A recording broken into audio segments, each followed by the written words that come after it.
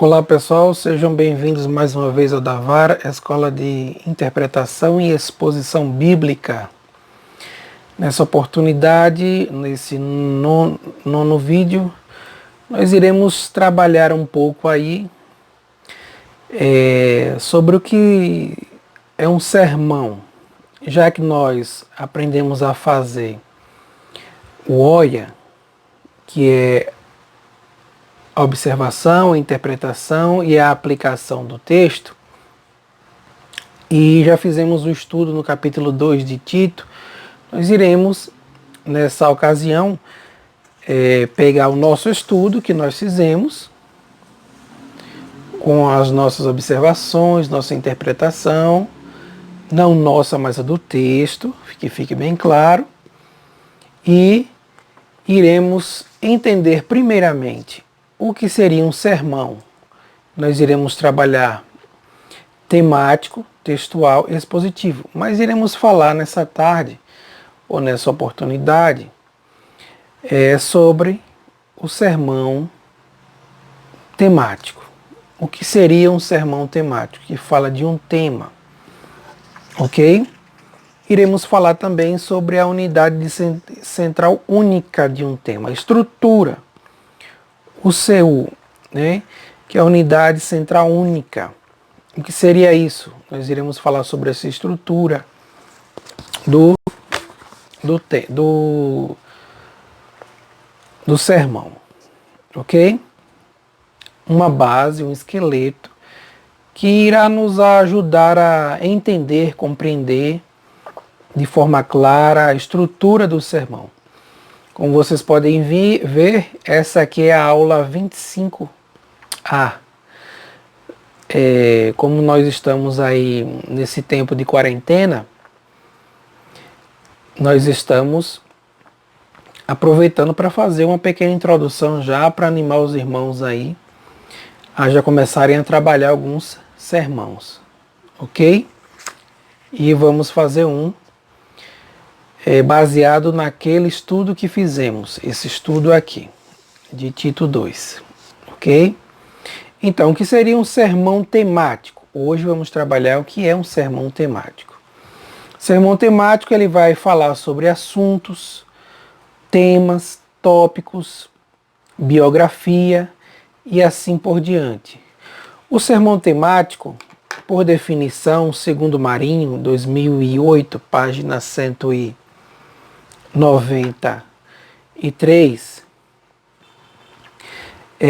ele vai falar que, por definição, no sermão temático, o pregador determina o assunto que deseja e então busca os textos bíblicos para formar as divisões principais que vão apoiar o assunto escolhido. Em outras palavras, primeiro vem o tema, depois vem os textos bíblicos. Ou seja, ele escolhe o tema, aquele assunto que ele deseja falar, e agora ele vai defender o tema com os textos bíblicos.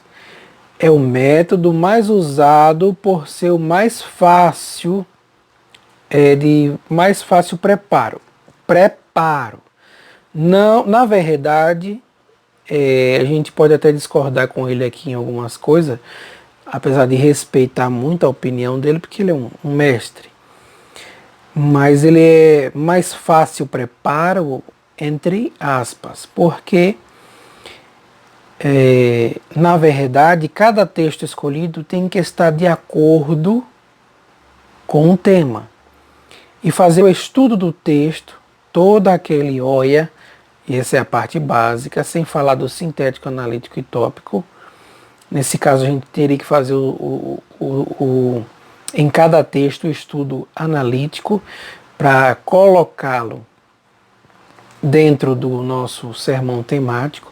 Então se tornaria muito mais difícil do que fácil. Mas prosseguindo, ele diz: é muito útil para os sermões doutrinários e evangelísticos. Observe, doutrinários, quando a gente vai doutrinar a igreja.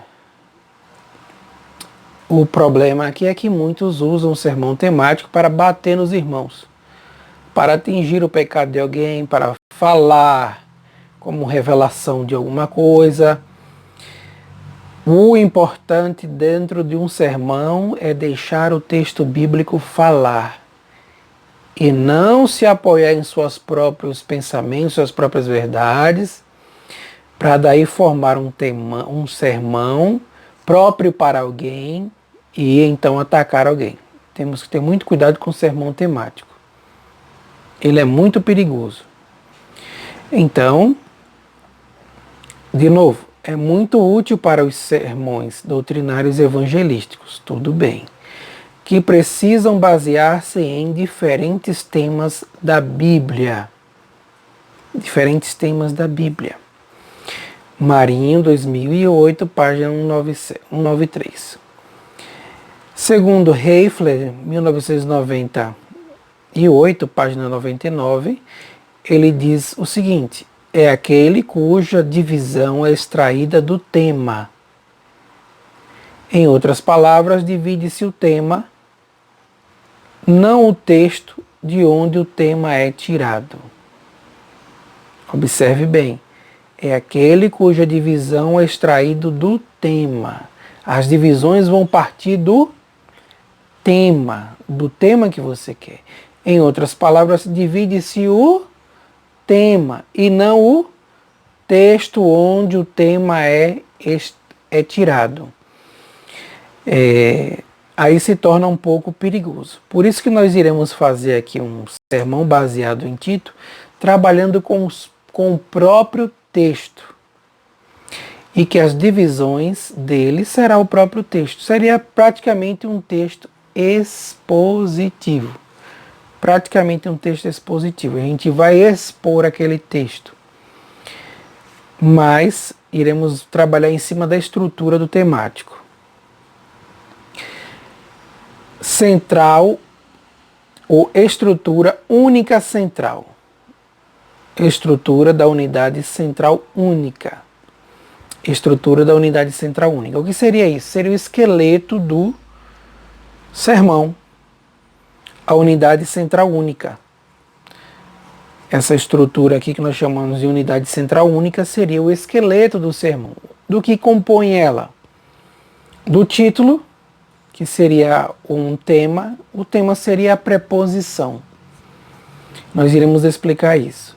O texto bíblico que você vai trabalhar, seja essa unidade central única, vai servir para o temático, o textual e o expositivo.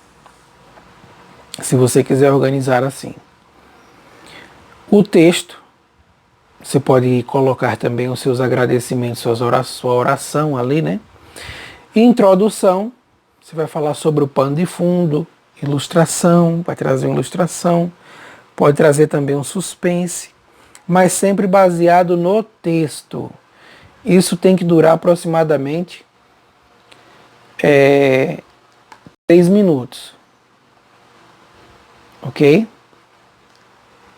Aí você vai fazer uma transição, que é uma pequena introdução para a próxima etapa, que seria a primeira divisão, concordância bíblica, que você vai usar uma concordância bíblica aqui no caso do temático, para você trazer um apoio ao seu tema, vai fazer uma nova transição, uma segunda divisão, uma transição, uma terceira divisão, ou quantas divisões você achar necessário. E para você fazer a sua conclusão, você irá fazer mais uma transição, que pode ser aqui relembrar as divisões aos ouvintes. Você pode relembrar todas essas outras divisões. Primeiro ponto, segundo ponto, terceiro ponto, e então fazer a conclusão, que seria o resumo aplicativo das divisões, fazendo a aplicação de cada ponto. Você pode também, durante essa primeira divisão, fazer uma aplicação, durante essa segunda fazer a aplicação dela, logo a terceira fazer, ou deixar tudo para o final e trazer aí a resolução do problema ou apelo, né? Como alguns gostam. Essa parte aqui você pode usar aproximadamente 30 minutos. A conclusão, no máximo 4 minutos. E se você disser para os irmãos que já vai concluir, conclua. Não fique enrolando, não. Ok?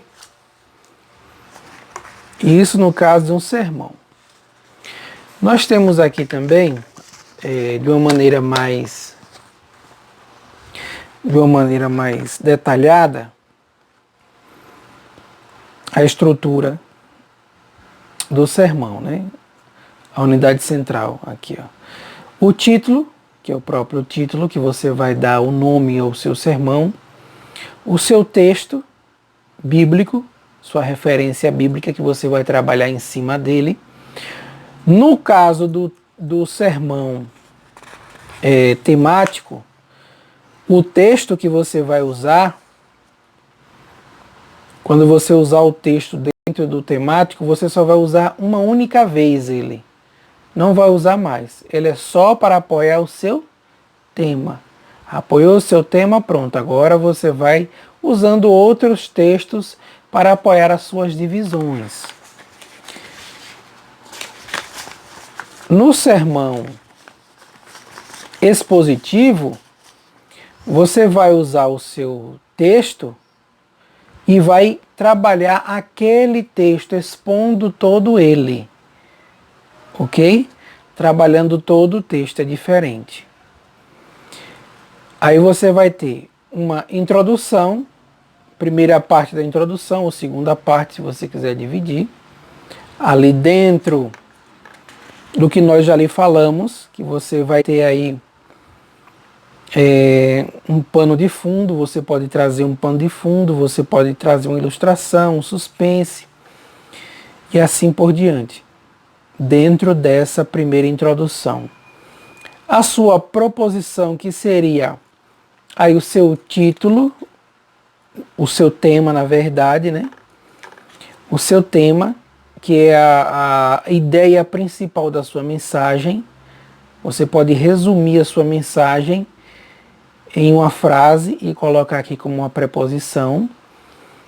Pode colocar logo depois do seu tema uma sentença interrogativa ou uma pergunta relacionada à proposição, para que os seus ouvintes fiquem intrigados e possam responder ou não. Aí você vai fazer uma sentença de transição, aquela transição que nós falamos, o que seria isso? Uma frase de ligação entre a proposição e o primeiro subtítulo. Se nós estamos partindo da proposição, que é o nosso tema, para o nosso primeiro subtítulo, primeira divisão, então nós vamos fazer aqui uma frase ligando entre a proposição e o primeiro subtítulo. Aí nós temos a primeira divisão. Alguns chamam de divisão, outros chamam de pontos e assim por diante. Subpontos, não importa, né? O importante é que você organize. Primeiro subtítulo, nesse caso aqui. Ou a primeira divisão, também pode chamar de primeira divisão. Aí nós temos as subdivisões, as discussões, você vai falar sobre aquilo. Segunda divisão, discussão, outra sentença de transição, que é uma frase de ligação entre a proposição e o segundo subtítulo, ou segundo subtítulo, e a primeira que você vai fazer, uma ligação. E assim você vem fazendo até você chegar na conclusão. Essa discussão aqui pode ser automaticamente uma aplicação. Essa discussão pode ser já a sua aplicação dentro do tema que você vai abordar, ok? Na aula nós iremos enviar para vocês, já até enviamos para vocês aqui esse corpo aqui, essa central aqui, a estrutura do tema, do sermão, a unidade central única, essa estrutura aí, já enviamos para vocês já, toda organizadinha. Pedimos até para que vocês imprimissem. Então, já que ficou bem claro aqui, Como nós poderíamos então trabalhar esse texto? Trabalhar o texto que nós já fizemos os 3 estudos anteriores, dentro de Tito 2. Como poderíamos trabalhar, já que Paulo está falando sobre grupos de pessoas, aconselhando essas pessoas a um viver santo, e no final ele vem dar a sua base, nessa segunda sessão, a sua base teológica, o motivo desse viver cristão, para que os irmãos possam, e principalmente Tito, ser fortalecidos por essa palavra. Bom, primeira coisa que nós devemos fazer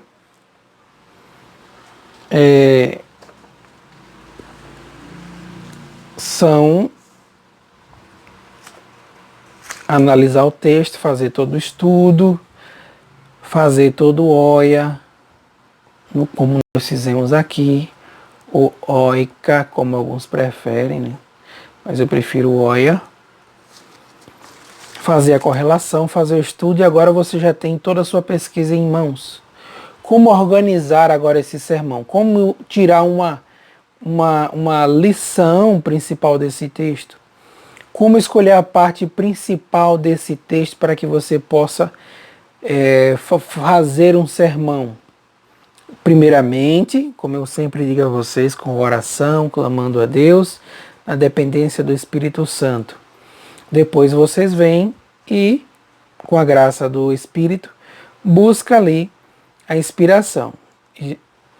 A forma que eu vou apresentar a vocês aqui não é a correta, que eu posso dizer assim, é a 100%. Não, é isso aqui, pronto, exaustiva, não. Você pode olhar para esse texto e ver diversas possibilidades de montar um sermão diferente. Isso aí vai do que o Espírito Santo falou com você durante o estudo, ok? Então eu vi aqui dos versos 11 a 14, que nós já estudamos, dos versos 11 a 14, a possibilidade de um sermão. Coloquei até um título aqui, mas eu não me agradei muito. As 7 ações maravilhosas de Deus, né? Mas não é um título que eu vou deixar aqui, ok? Que agora eu analisando não é um título bom. Se formos fazer um tema, um sermão temático,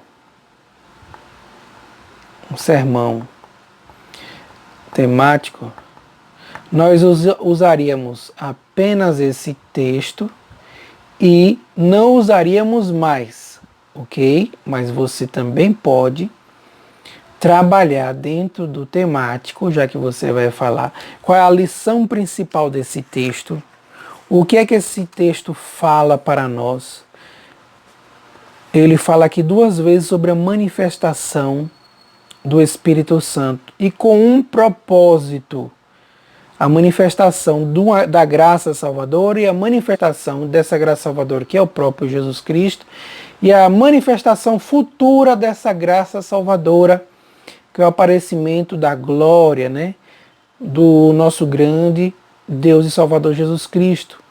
Então, teve 2 manifestações dessa graça no passado e haverá uma futura manifestação dessa graça, a qual nós aguardamos a bendita esperança, essa esperança em Deus, dessa manifestação futura do nosso Cristo. Então a lição principal aqui desse texto é que nós devemos viver uma vida para Deus. Toda essa lição fala desse futuro com Deus, que nós devemos aguardar, nos agarrar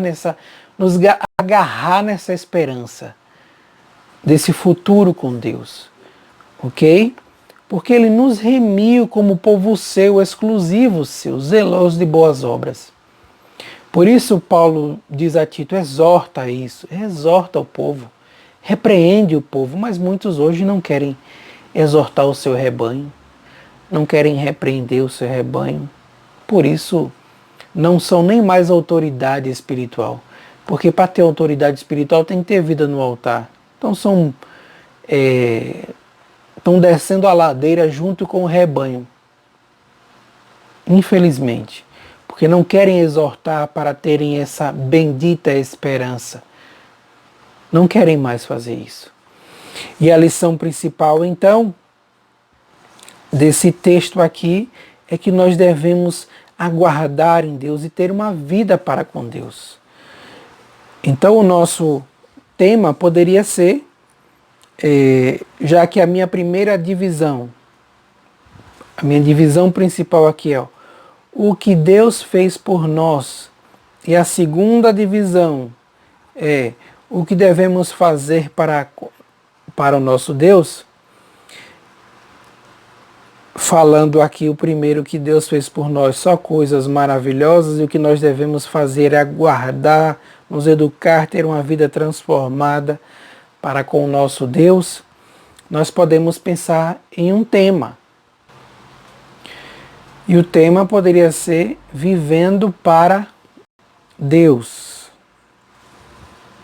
Vivendo para Deus. Por que vivendo para Deus?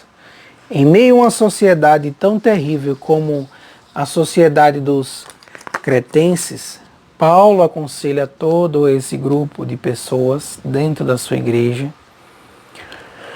a viver uma vida santa, um alto padrão de santidade. E mostra o motivo para esse. Então ele diz: vivam para Deus. Exorte o povo que viva e ande na presença de Deus, para que esse viver venha a ser exemplo e arraste esses outros que muitas vezes tentam até derrubar a fé de vocês. Então, vivendo para Deus seria o nosso tema, ok? O texto usado seria Tito capítulo 2, de 11 a 14, que nós já fizemos o estudo. Então, como eu separei esse texto?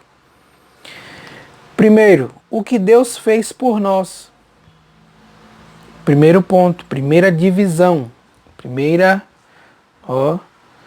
Divisão.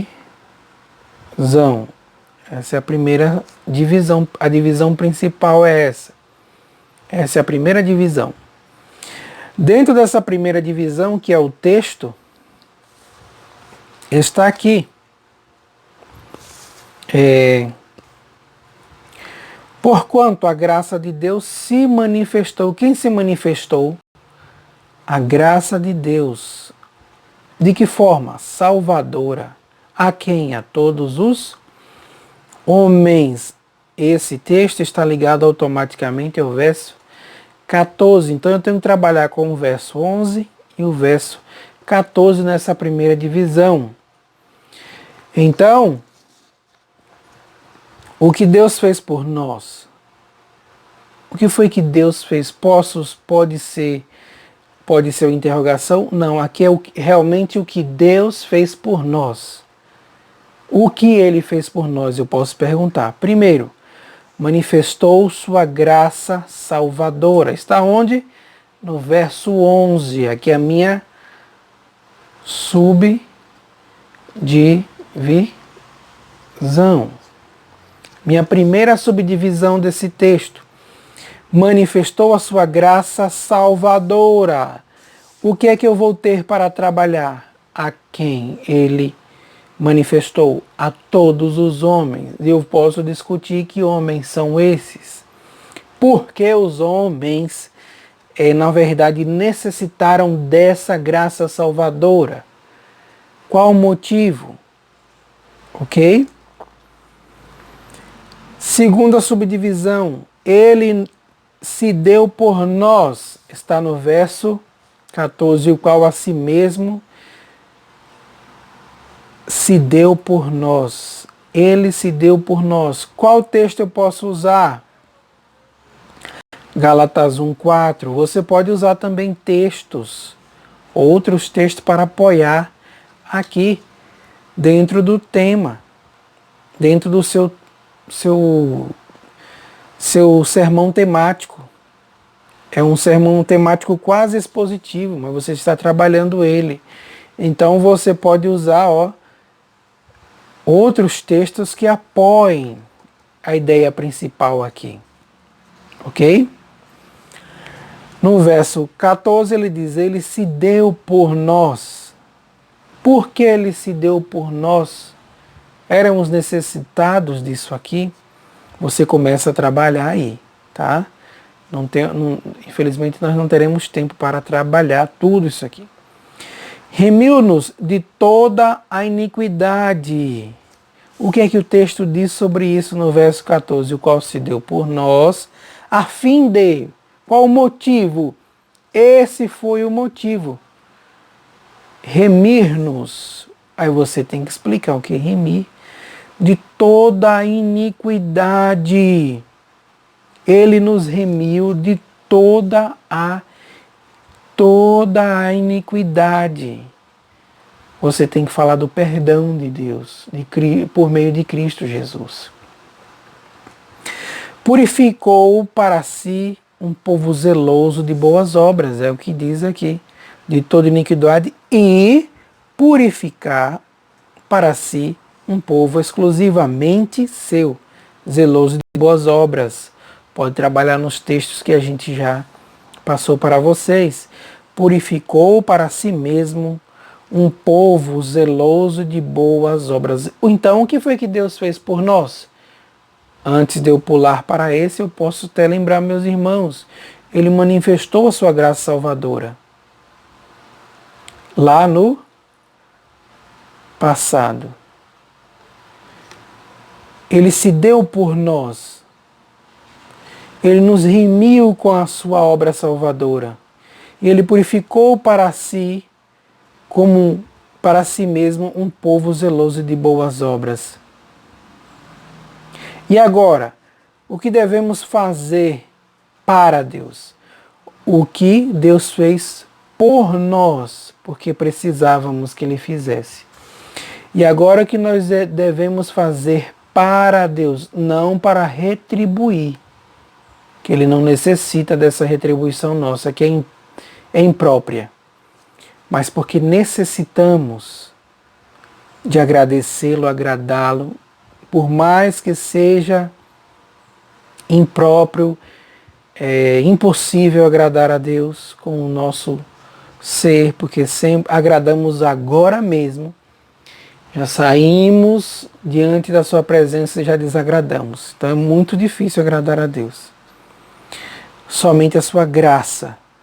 Então o que devemos fazer para Deus? Não por retribuição, não para dizer, ele fez por mim, agora eu tenho que fazer por ele. Não, esqueça isso. Primeiro ponto, viver uma vida para Deus, no verso 12.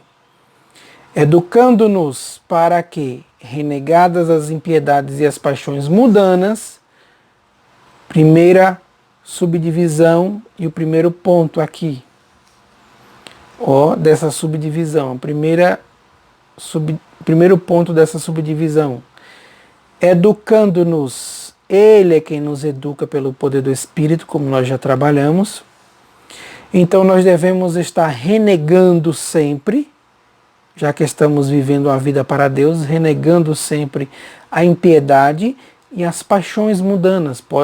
Nós temos esse para trabalhar e esse também, a impiedade e as paixões mundanas para trabalhar. Ok? Para explicar aos irmãos. Então, consequentemente, eu terei, ao fazer isso, a receber a educação nesse processo de santificação do Espírito Santo, renegarei toda a minha impiedade e as paixões mundanas, eu viverei uma vida sensata, justa e piedosa na presença de quem? De Deus. Lembre-se sempre, essa vida santa e piedosa não é para para a minha glória, para eu me achar o mais santo, botar uma coroinha na minha cabeça e andar por aí as pessoas me adorando. Não, mas é para a glória somente de Deus, não para a minha glória. Segunda divisão, aguardar em Deus, que é o verso 13. Vivamos, né? E agora aguardando o quê? A bendita esperança. Aguardando a bendita esperança. Que esperança é essa? O que é esperança para eles e o que significa para nós? Como eu devo aguardar essa bendita esperança? Lembram daqueles três, com fé, amor, constância, ou paciência, ou perseverança. Como eu devo ter essa esperança em mim? Como ela nunca deve morrer? Como ela deve ser avivada todos os dias dentro de mim? E aguardar em Deus também a manifestação. Lembra que ele manifestou sua graça salvadora e ele fez duas palavras que se repetem. A manifestação da glória do nosso grande Deus e Salvador, Jesus Cristo. Se ele se manifestou lá no passado, ele irá se manifestar no futuro, para nos trazer um grande futuro e um futuro glorioso na sua presença. Então ficaria assim o nosso sermão, baseado no estudo que nós fizemos, ok? Infelizmente não dá para a gente trabalhar, mas vocês podem fazer a cada uma delas uma aplicação,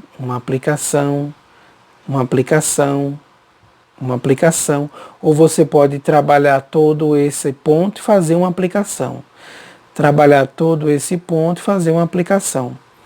Ou você pode simplesmente fazer a aplicação no final, a sua conclusão e a sua aplicação juntas. Ok?